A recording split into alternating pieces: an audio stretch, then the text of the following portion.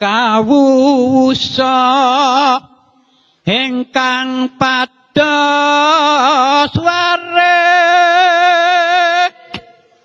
Raden Amat wis amanggetoya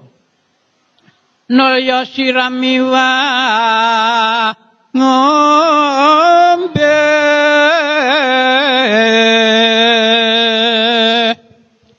hamate roneng lumbu yun kinarya wadahing ware yo binitingan prayoga sigra tindak wangsul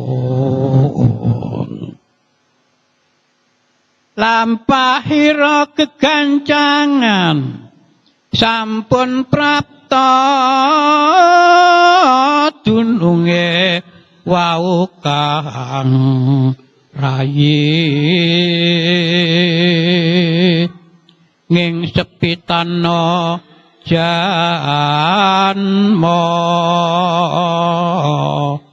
yo